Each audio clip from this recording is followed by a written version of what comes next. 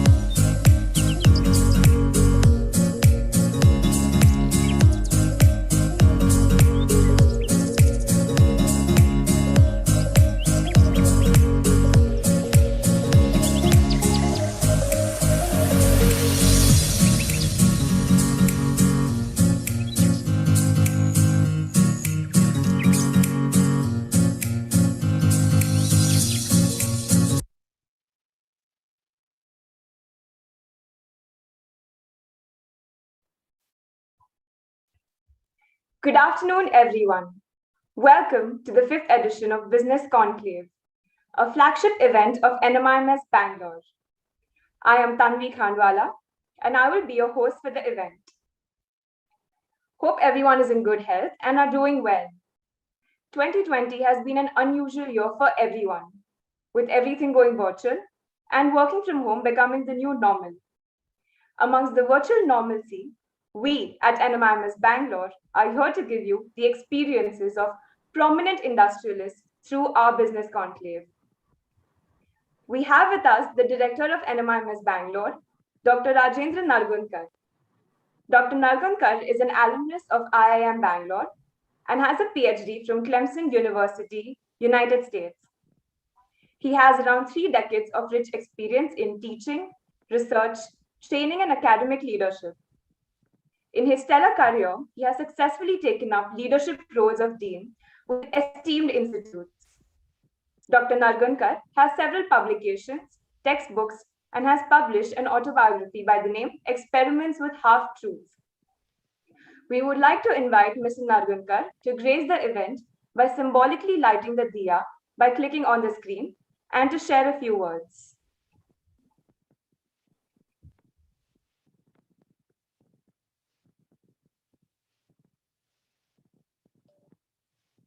MC not on the screen.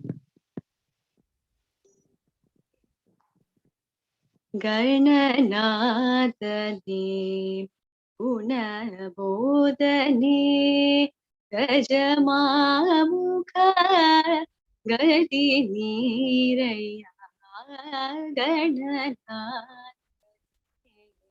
Unabodani Gajamamukha Gadi Niraya Gananatani Gunabodhane.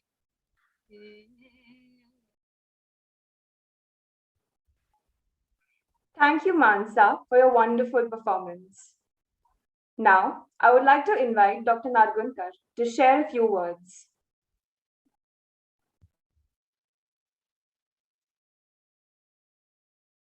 Unmuting, yeah.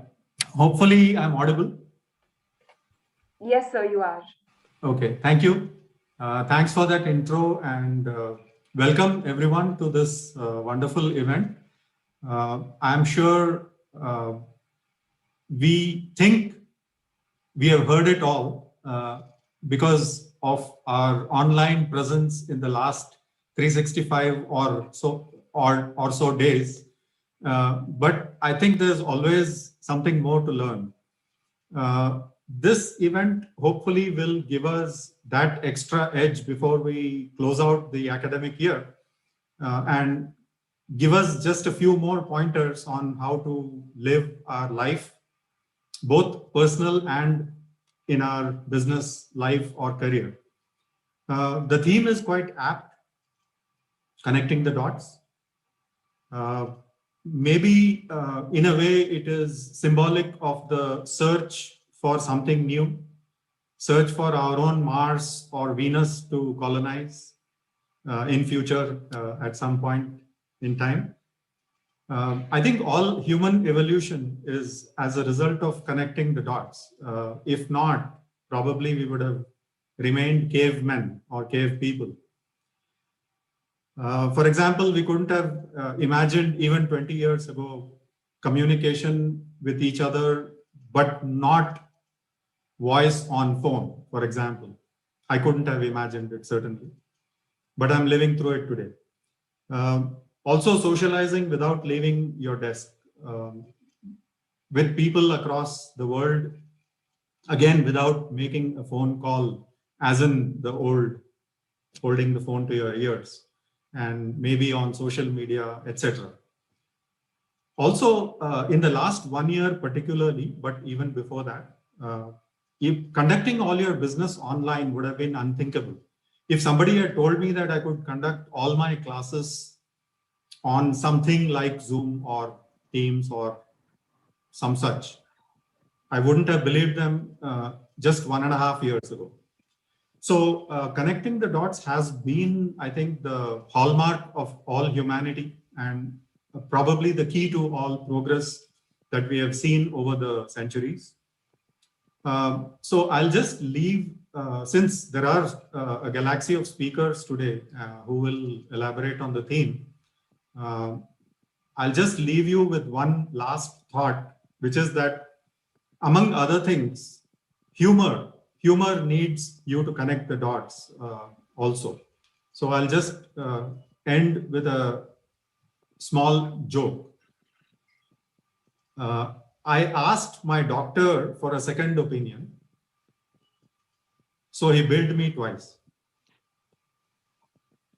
Thank you and all the best to all the organizers, and welcome and thank you to all the speakers who are participating. Hope you have a great time. Thank you. Thank you so much, sir, for addressing the audience with your kind words.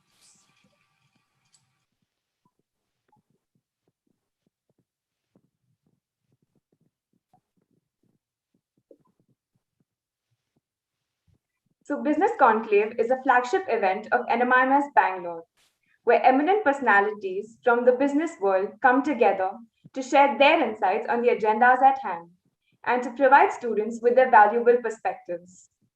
The platform serves as an opportunity to listen to distinguished personalities and appreciate one another alongside learning from each other's uniqueness. I would like to thank our gifting partners, Nutrish Life, Ahava Crafts, Bowie Whisk, Drink Tales, Ride Bite, and our media partner, Ministry of Talk, for extending their support and making this event possible. Now we'd like to share a short video of Business Conclave.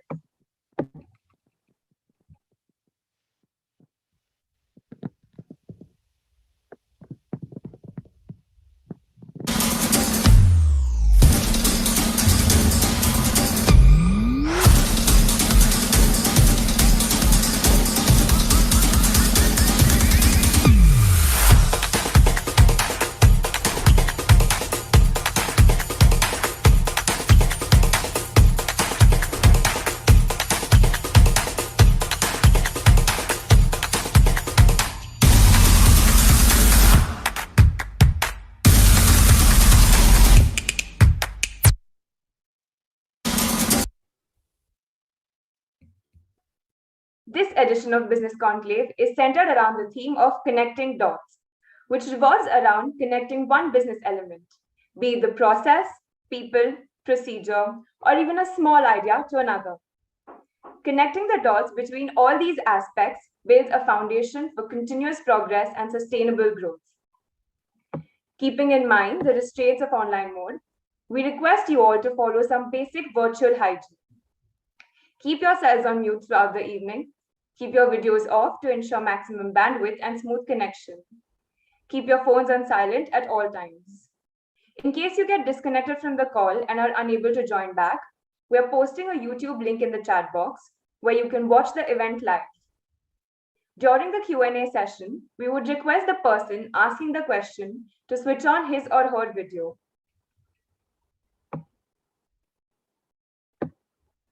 The event is divided into two segments, keynote speaker round and leaders roundtable discussion. The first round will entail the moderator asking one-on-one questions to the speakers. The second round will be a leaders roundtable discussion comprising a panel discussion among the eminent speakers. So let's begin with the first round, the keynote speaker round. And for this, I would like to introduce you all to our moderator for this session, Ms. Geetika Ganjudhar. She's a writer, live host, moderator, and a virtual MC. She has been named Nation Builder by India Today magazine, one among 100 nation builders from across the spectrum of Indian industries. She has also received various awards for being the best host and the MC. She has also been named Live Artist of the Decade at WOW Awards Asia. Geetika has penned content for all the events she has hosted over the last 22 years. Few of her clients are Wizcraft International, HSBC, ICICI Prudential, and many more.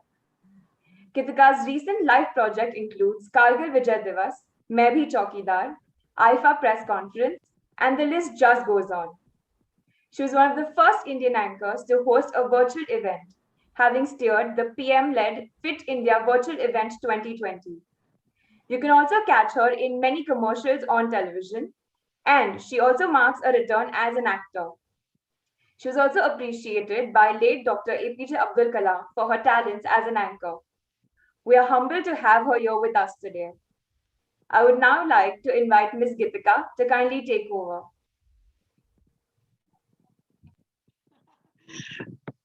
First of all, Professor, thank you for helping us get a few laughs with that joke that you ended with. I'm still laughing. And thank you so much for that very, very long and kind introduction. I don't deserve it, but I enjoyed it all the same. Good afternoon, everybody. I'm Geetika Ganjudhar, and I'm very happy this afternoon as I welcome you all to SVKM's Narsee Monjee Institute of Management Bengaluru Business Conclave 2021, presented by the Public Relations Cell. You know what? I do hail from a business college, and I'm very happy to be here this afternoon. It's a very sweet feeling to be back amidst students who are all ready to take this career journey, all guns blazing, get out there into the world and change the world, as I always say. India in the future, the India of our dreams, it needs to be vibrant, it needs to be new. And India version 2.0, post the pandemic of the century, will be carved out by all of you who are right now in my audience, the youth of India. In the future, I hope that we will have an India that will, of course, worry about the economic well-being of each citizen, but will also worry about the social well-being of each citizen. I hope in the future we have an India where we will talk about GDP, of course we will, but we will also begin to talk about the happiness quotient of every Indian. And this new India will be carved out by all of you, the youth of India. We India, we were the youngest nations in the world, with nearly 62% of our population in the working age group and 54% of our population below 25. My God, that's a powerhouse there, waiting to just fire up this great nation. In the future, we are surely headed towards being a global economic powerhouse. And the key factor will be how every Indian will be given the employability skill. Skill in the coming years will be the key word. And skill is what these towering corporate leaders are equipped with. We have them here this afternoon. I must begin by thanking them all for taking the time out and joining us here at the Business Conclave. We are delighted and honored with your presence, and I'm going to have so much fun talking to all of you. We have with us Sanjay Singhal, COO, ITC, Anunay Gupta, MD, JP Morgan, Jatin Dalal, President and CFO, Wipro, and Preet Dhupar, CFO, IKEA. And we're going to start with Sanjay Singhal. Can I please have his slide on the screen? Team NM. Yes. Mr. Sanjay Singhal is Chief Operating Officer, Dairy and Beverages, ITC Limited. Before this, Mr. Singhal was the marketing head, Foods at Dabur India Limited, a business leader with proven expertise growing large P&Ls. He is an MBA from IIM Bangalore. He has over 20 years of experience, which include growing top brands like Real, Pizza Hut, Dove, and Fair and Lovely with country and Asia responsibility. Good afternoon, Sanjay, and a very warm welcome to you. Hi, good afternoon, and good afternoon to everyone from the Institute. How are you doing?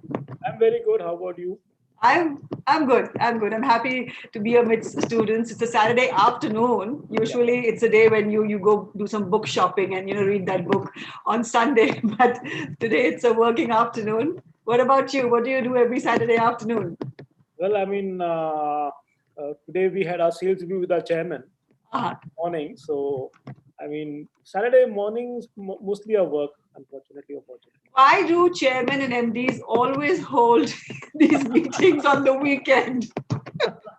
I'm married, Sanjay, to a banker, and I always ask him this: why on a weekend? Why? Tell me why, Sanjay. No, I guess it is not like that. But the reality is that, and honestly, with due respect to the director, Professor Rajendra, I don't want to scare off the young students. 150 students, 166 minus 3, 163 students on the call right now. But I mean, the reality is that, in the connected world, you are supposed to be always on 24/7. And honestly, I am finding, I don't know about you guys, that beyond a certain point, you cannot separate your personal life from your professional life. So that's how I think Sanjay, in a few years of being online, we will get to the ethics of it. Like of late, we're working with the ethics of WhatsApp, the ethics of Facebook, the ethics of online. There's a brand that we women buy from called Forever New, and I think this whole new life that we're now living is forever on. So. Yeah. With that, let me ask you your first question here now. Sanjay, you have worked with different corporate houses, and each business house has a different ownership structure. How does the organizational culture at the C-suite level differ really? Okay, so that's an interesting question because I mean, just to take you through my journey, I spent the first 13, 14 years in Unilever.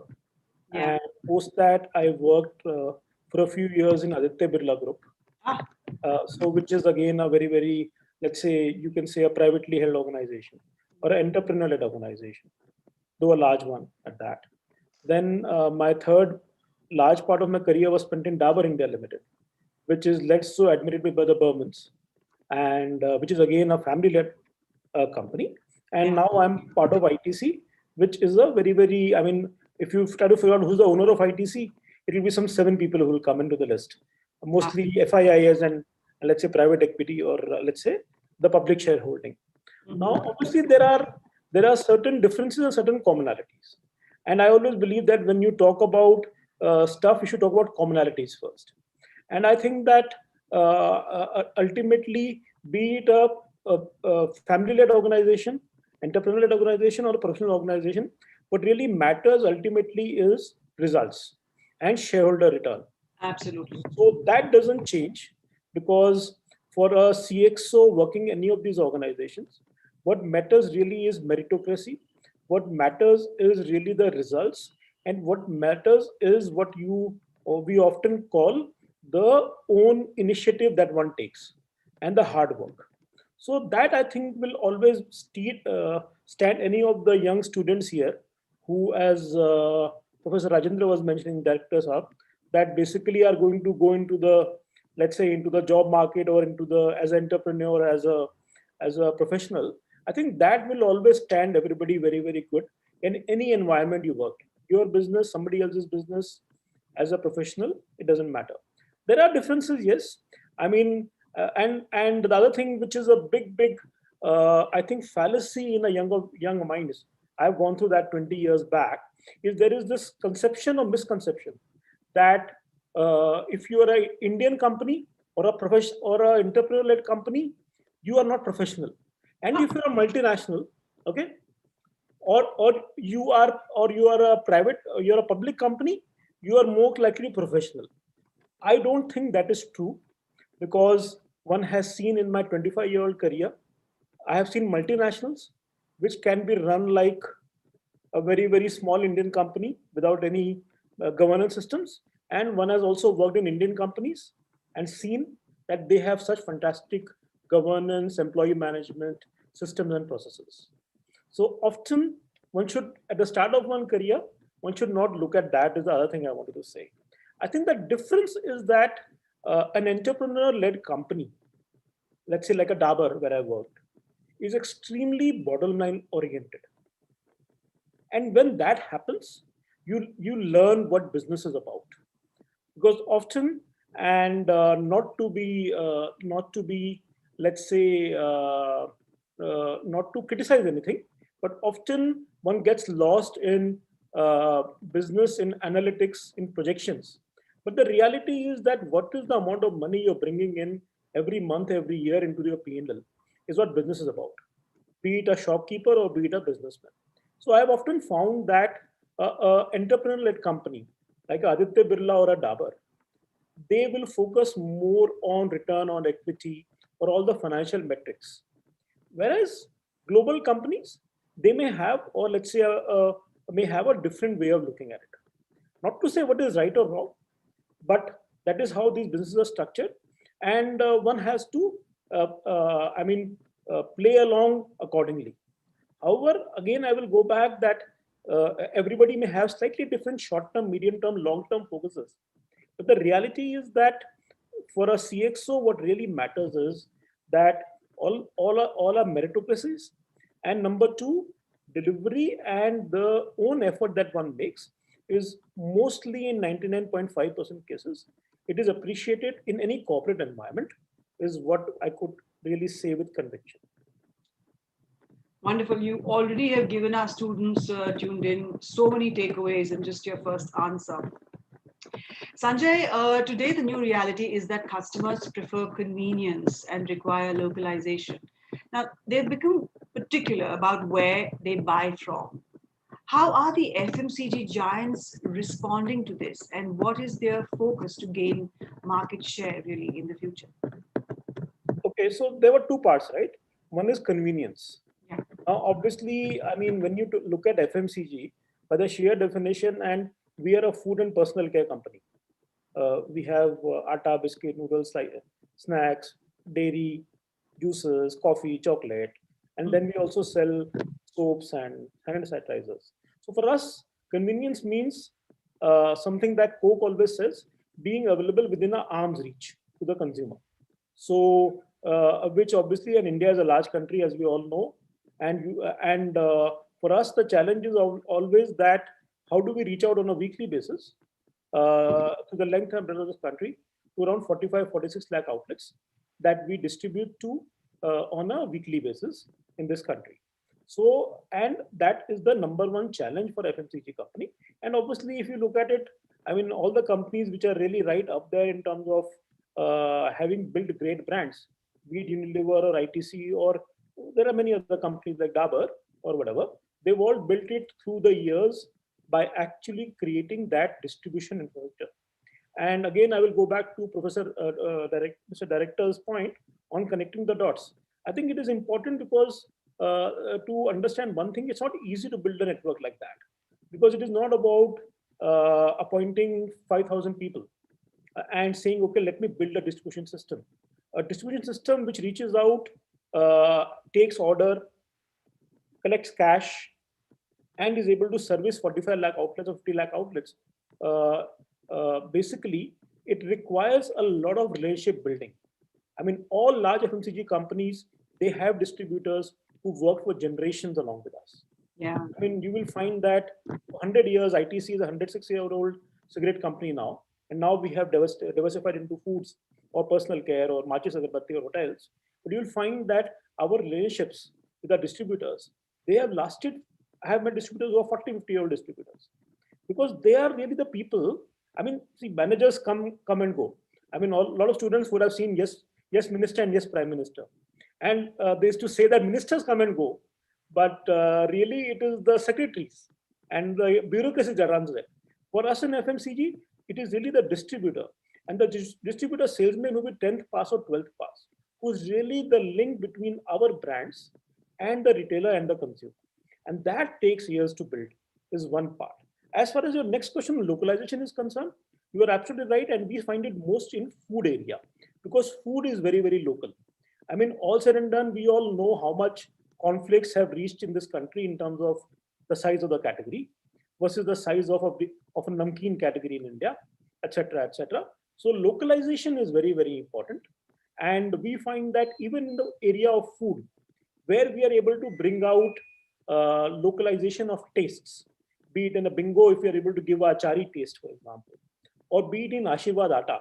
Now, Ashirwad Atta is our largest brand. It's $1 billion brand for us. It's a basic wheat flour atta brand, and we sell across the country. But I mean, if you really look at it, the way a mother or a woman in Chennai wants her roti to be slightly dark or hard, versus the mother in Bombay, she wants it white and soft. That personalization requires that companies like us and tea brands also do that. We actually go and have different varieties of wheat being bought every year and being mixed so that you will do that. So that is something which you have seen also many brands do. And I think localization is important because food is extremely local. What is good roti in Delhi is not good roti in Calcutta. And what is good rice in Delhi is certainly not good rice in Bangalore, having lived in Bangalore 5 years now. How lovely. What a great insight there. In fact, when you were saying this, I was laughing inside my head and saying, uh, a good head of state in the north may not be a good head of state in the south, or maybe different in the east and west. However good he may be. So e-commerce, Sanjay, has become the most essential distribution channel, especially for FMCG companies. Now, even ITC launched the Young Digital Innovators Lab to further the developments in digital transformation. How will it help the supply chains in rural areas, resulting in increased sales, knowing the hurdles in terms of technology usage? So basically, I mean, we've all heard about the fact that during the lockdown and it seems to continue and go on. Basically, how e-commerce sales have doubled, and we doubled for everybody because inherently it was a consumer change. Uh, but I think that there is much more to that because it is not only about the habit change. Ki I'll start buying on a Amazon or a big basket. It is also about now I will start trusting the content I get probably more. Mm, That is one part to it. And mm, second part to it is really that how does it help us to listen to the consumer? So I'll dwell on this point now. Yes, we have set up, as you rightly said, a young digital innovators lab because we have found that just like marketeers like me, I did my sales stint in Unilever 20 years back, 24 years back. That time modern trade was not there. So I have never worked as a salesperson in modern trade. So it took me a few years to understand what is this animal called modern trade. Similarly, the entire e-com space is so new that a lot of our so-called leaders in the FMCG space, marketing heads, sales heads, CEOs, they have not worked in that area. So it is very important for us as ITC and many other companies are doing that, that we actually have youngsters uh, who actually understand this space come and tell us that what has to be done. So, for example, our chairman, he has set up an ITC, a Young Digital Innovators Lab, where basically you have youngsters, and you said India is a young country. Our marketing team is very young. In foods, in ITC Foods in Bangalore, where I sit, we would have some 80, 90, 100 marketing brand managers. And of course, the average age profile will be 26, 27. So these are the sort of people who really understand technology, have started their careers in marketing and sales when e-commerce was there.